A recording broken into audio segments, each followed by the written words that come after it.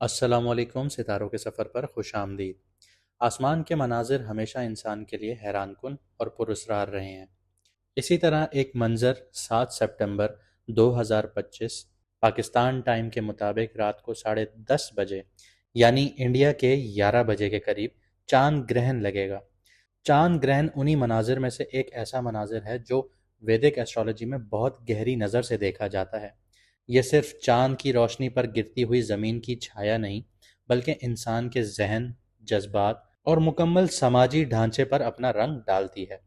वैदिक एस्ट्रोलॉजी के नज़रिए के मुताबिक जब सूरज और चांद अपनी राहों में बिल्कुल आमने सामने आते हैं और राहु केतु की जो छाया है उनके दरमियान आ जाती है, तो उस वक्त सिर्फ रोशनी नहीं, बल्कि इंसान के अंदर और बाहर दोनों में एक नया दौर शुरू हो रहा होता है। चांद ग्रहण को हमेशा एक कार्मिक रीसेट माना गया है।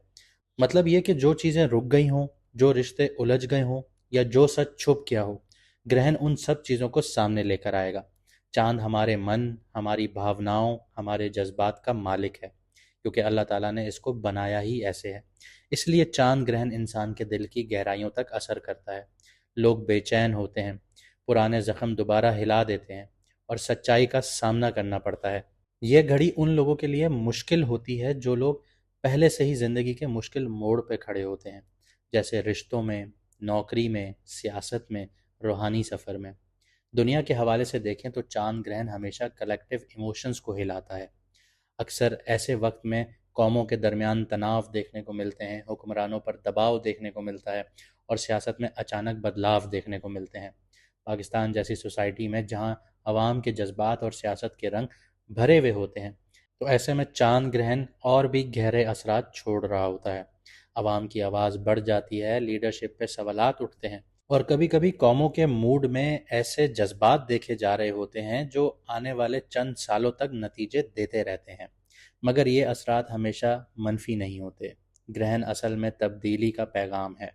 ये इंसान और कौम दोनों को मजबूर करता है कि अपनी पुरानी सोच से बाहर आकर आगे नई राहों की तरफ देखें। जैसे रात के अंधेरे के बाद सुबह की रोशनी उभरती है, वैसे ही चांद ग्रहण के बाद एक नया दौर शुरू होता है।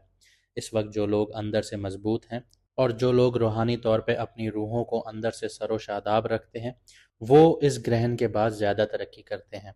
वैदिक एस्ट्रोलॉजी की जो पुरानी टेस्टिमनीज हैं या आप इस्लामिक पर्सपेक्टिव से भी उठाएं, तो चांद ग्रहण के दौरान इबादत, आपकी तस्बीह, आपकी दुआएं, इनका असर आम दिनों से बहुत ज़्यादा बढ़ जाता है।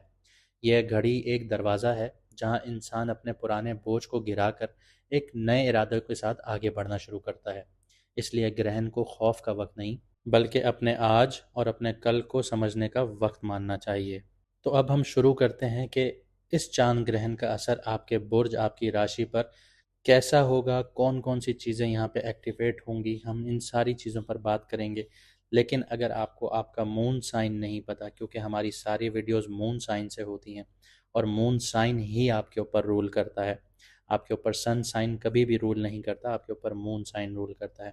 आप वैदिक एस्ट्रोलॉजी को उठा के देख लें, आप किसी भी एस्ट्रोलॉजर से पूछ के देख लें, वो आपको यही कहेगा कि आपके ऊपर मून साइन रूल कर रहा होता है, जो आपसे सच बोलना चाहेगा, वरना झूठ तो काफ़ी लोग बोल लेते हैं। तो अगर आपको आपका मून साइन नहीं पता, तो आप कमेंट सेक्शन में अपनी ओरिजिनल डेट ऑफ बर्थ लिखें।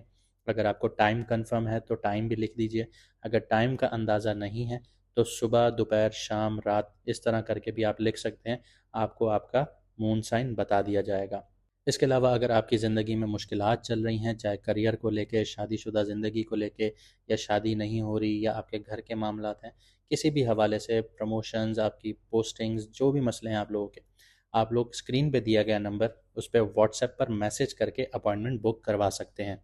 आइए आपकी राशि के बारे में बात करते हैं एक्वेरियस मून साइन वालों की, यानी कि कुंभ राशि, यानी कि बुर्ज दिलों वालों की। ये चांद ग्रहण आपके पहले घर में लग रहा है, लेकिन सातवें घर को भी एक्टिवेट कर रहा है। ये जो एक्सिस है, इसकी वजह से एक्वेरियस वालों के लिए ये ग्रहण एक नया दौर की शुरुआत हो रही है, जो खुद की पहचान और रिश्तों को बदलने वाली है। पहला घर जो है वो आपका सेल्फ, पर्सनालिटी और आइडेंटिटी का है। सेवन्थ हाउस जो है वो आपका पार्टनरशिप, मैरिज और पब्लिक इमेज का है।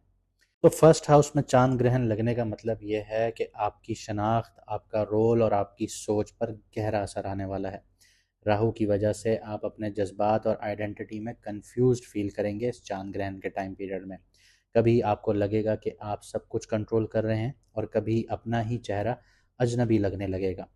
आप ज़्यादा इम्पल्सिव और रिएक्शनरी हो सकते हैं, यानी एकदम जज्बात में बह के आपके रिएक्शंस आ सकते हैं सामने। लोग आपको समझने में मुश्किल महसूस करेंगे इस टाइम पीरियड में। लेकिन सातवें हाउस में जो बैठा सन है, केतु है और मरकरी है, तो यहाँ पे आपके शरीक हयात यानी आपका लाइफ पार्टनर या बिजनेस पार्टनरशिप टेस्ट होना शुरू होंगी। रिश्ते में ईगो क्लैशेस देखने को मिलेंगे, मिसअंडरस्टैंडिंग्स होंगी और अलग रहने की फीलिंग्स बढ़ने लगेंगी। केतु की वजह से आपको लगेगा कि आपका पार्टनर आपसे दूर होता जा रहा है या उनकी दुनिया आपसे मुख्तलिफ है। बिजनेस पार्टनरशिप में भी मिसट्रस्ट और छुपी बातें सामने आ सकती हैं। आपको अपने पार्टनर पे ट्रस्ट इश्यूज होना शुरू हो जाएंगे। कुछ ऐसी ऐसी बातें सामने आएंगी जिससे आप बदगुमान होना शुरू होंगे और आप उनसे दूर होना शुरू होंगे। लेकिन जैसे मैंने आपको बताया कि मरकरी भी आपके सेवन्थ हाउस में है, तो मरकरी यहाँ पे ये दिखाता है कि अगर आप सोच समझकर ठंडे दिमाग से बिल्कुल कामली अब बात करेंगे तो आपकी सुलह भी हो जाएगी, आपके मामला ठीक भी हो जाएंगे। करियर और फाइनेंस की बात करूं, आपकी पब्लिक इमेज टेस्ट हो रही है यहाँ पे। करियर के अंदर कोई ऐसी बात एक्सपोज हो सकती है जो पहले लोगों को मालूम नहीं थी। कॉम्पिटिटर्स या कोलीग्स आपके अगेंस्ट चल सकते हैं। लेकिन अगर आप अपनी सोच को क्लियर रखेंगे तो ग्रहण के बाद एक नई पहचान आपकी बन सकती है। फाइनेंस की बात करूं तो शेयर्ड फाइनेंसेस और पार्टनरशिप्स में पैसे रिस्की हैं इस टाइम पीरियड में। अपना पैसा अपने कंट्रोल में रखिए इस टाइम पीरियड में। राहु के असर से इम्पल्सिव खर्चे हो सकते हैं और गलत जगहों पे इन्वेस्टमेंट हो सकती हैं। रिश्ते और ज़ाती ज़िंदगी की अगर मैं बात करूं तो ये ग्रहण शादीशुदा ज़िंदगी के लिए टर्निंग पॉइंट है। कुछ लोगों के लिए ये रिश्ते में अलग होने का वक्त होगा और कुछ के लिए मिसअंडरस्टैंडिंग के बाद समझौता और गहरी बॉन्डिंग का वक्त होगा, गहरे कनेक्शंस का वक्त होगा। ये डिपेंड करता है कि आपने पहले रिश्ते को कहाँ तक निभाया। यहाँ पे ये सिचुएशंस भी क्रिएट होंगी कि आपको लगेगा कि आपकी फैमिली या आपके क्लोज दोस्त एक दूसरे को समझ नहीं पा रहे, यानी आप अपनी फैमिली को नहीं समझ पा रहे, फैमिली आपको नहीं समझ पा रही, आप अपने क्लोज दोस्तों को समझ नहीं पा रहे, आपके क्लोज दोस्त आपको समझ नहीं पा रहे। यहाँ पे ये फीलिंग्स भी आएंगी, मिसअंडरस्टैंडिंग्स यहाँ पे आपको अवॉइड करनी चाहिए। इसके लिए बहुत ज़्यादा सब्र लगेगा, तो सब्र का जो हथियार है उसको अपने हाथ से नहीं छोड़िएगा। सेहत के मामले में बात करूं तो सर का दर्द, स्ट्रेस, बीपी और नर्वस सिस्टम पर ज़्यादा इफ़ेक्ट क्रिएट होगा क्योंकि राहु डायरेक्टली मून को हिट कर रहा है यहाँ पे, इसलिए नींद डिस्टर्ब हो सकती है। इसके अलावा अगर मैं आपकी मेंटल स्टेट की बात करूं तो ये सबसे गहरा असर उठाएगी। आप अपने अंदर एक नई दुनिया फील करेंगे। जज्बात, सोच और ज़िंदगी के लिए जो अप्रोच है आपकी वो बिल्कुल बदलती हुई नज़र आएगी। लेकिन शुरुआत में उलझन और एंजाइटी फील होगी। स्पिरिचुअल और कार्मिक असर की बात करूं, क्योंकि चांद ग्रहण कार्मिक असर देता है, तो ये ग्रहण एक्वेरियस वालों के लिए एक कार्मिक मिरर होगा। अल्लाह आपको दिखाना चाहता है कि असली ताकत सिर्फ अपनी ईगो में नहीं बल्कि बैलेंस और तवाज़ुन में है। ईगो को मस्क करने में है। आपको सीखना होगा कि सिर्फ अपना फ़ायदा सोचने से रिश्ते टूटते हैं और सिर्फ दूसरों को खुश करने से आप खुद मिट जाते हैं। इस वक्त सिर्फ ज़िक्र, दुआ, तफक्कुर यानी रिफ्लेक्शन आपकी रूह को सुकून देगा। तो चांद ग्रहण वाले दिन सबसे पहले आप लोग सदका दीजिए, अपनी नमाज पढ़िए, ज़िक्र कीजिए और अल्लाह को याद कीजिए, फिर अपने मामलात में आगे बढ़िए। अब कुछ रेमेडीज़ की भी बात कर लेते हैं कि इस चांद ग्रहण में कौन सी रेमेडीज़ आप लोगों के लिए बेहतरीन रहेंगी। सबसे पहले यहाँ पे ये ज़िक्र करना गलत नहीं होगा कि सही बुखारी और सही मुस्लिम में चांद ग्रहण और सूरज ग्रहण का ज़िक्र है, जो हमारे नबी पाक सल्लल्लाहु अलैहि वसल्लम ने फरमाया था। सही बुखारी हदीस का नंबर है 1044, यानी 1044। सूरज और चांद अल्लाह की निशानियों में से दो निशानियां हैं। ये किसी के मरने या ज़िंदा होने की वजह से नहीं लगते।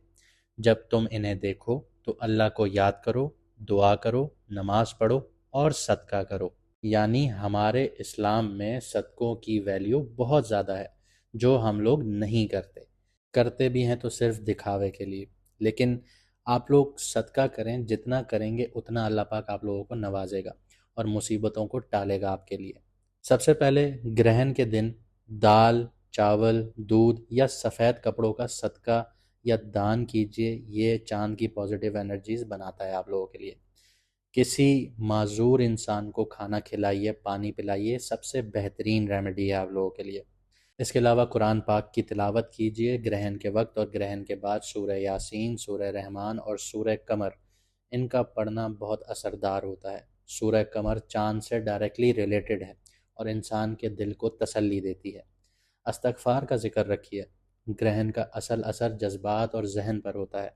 इस वक्त इस्तग़फ़ार और ला इलाहा इल्ला अंता सुब्हानका इन्नी कुन्तु मिनज़्ज़ालिमीन, दुआए यूनुस का ज़िक्र कीजिए, बार बार पढ़िए। ये आपकी उलझनों को ख़त्म करेगा। इसके अलावा ज़िक्र के लिए ख़ास तौर पर सुबहानल्लाहि व बिहम्दिही सुबहानल्लाहिल अज़ीम, इसको पढ़ते रहिए। ये वो दो कलिमात हैं जिनका वज़न क़यामत वाले दिन तराजू में सबसे भारी होगा। इसके अलावा अपनी सेल्फ़ केयर कीजिए, डिसिप्लिन रखिए। ग्रहण के दौरान अपने जज्बात को कंट्रोल कीजिए, गुस्सा और बहस से बचिए। मेडिटेशन कीजिए, सिर्फ चुपचाप वज़ू करके बैठ जाइए, आंखें बंद कीजिए, गहरी गहरी सांसें लीजिए। ये दिल और दिमाग दोनों को हल्का करेगा। जो जो चीज़ें मैंने आपको आपके घर से रिलेटेड बताई, उन सारी चीज़ों के मामलात में आप लोगों ने सब्र रखना होगा। ग्रहण हमेशा एक पॉज का बटन होता है। अल्लाह इंसान को रोकता है, सोचने की सलाहियत देता है और अपनी रूहानी असलियत के करीब आने का मौका देता है। आसमान के रंग बदलते हैं ताकि इंसान समझ ले कि ज़िंदगी के रंग भी हर वक्त एक जैसे नहीं होते। इस वक्त सब्र, दुआ और अल्लाह की रहमत पर यकीन सबसे बड़ा हथियार है आप लोगों के लिए। जो लोग अपने अमाल और नीयत को साफ़ रखेंगे, उनके लिए ये ग्रहण एक नई शुरुआत बनेगा। और जो लोग अपने जज्बात और नफ्स की ग़ुलामियों में फंसे रहेंगे, उनके लिए ये वक्त कन्फ्यूजन, परेशानियों से भरा रहेगा। उम्मीद करता हूँ आपको वीडियो पसंद आई होगी। लाइक, शेयर, सब्सक्राइब ज़रूर कीजिएगा। इससे मैडम एस्ट्रोलॉजर एन बख्श और हमारी हौसला अफजाई होती है और इसी के चलते मैडम एस्ट्रोलॉजर एन बख्श और ज़्यादा मेहनत करती हैं कि आपकी ज़िंदगियों को बेहतर बनाया जा सके। मुझे दीजिए इजाज़त, मिलते हैं अगली वीडियो में सितारों के सफ़र पर।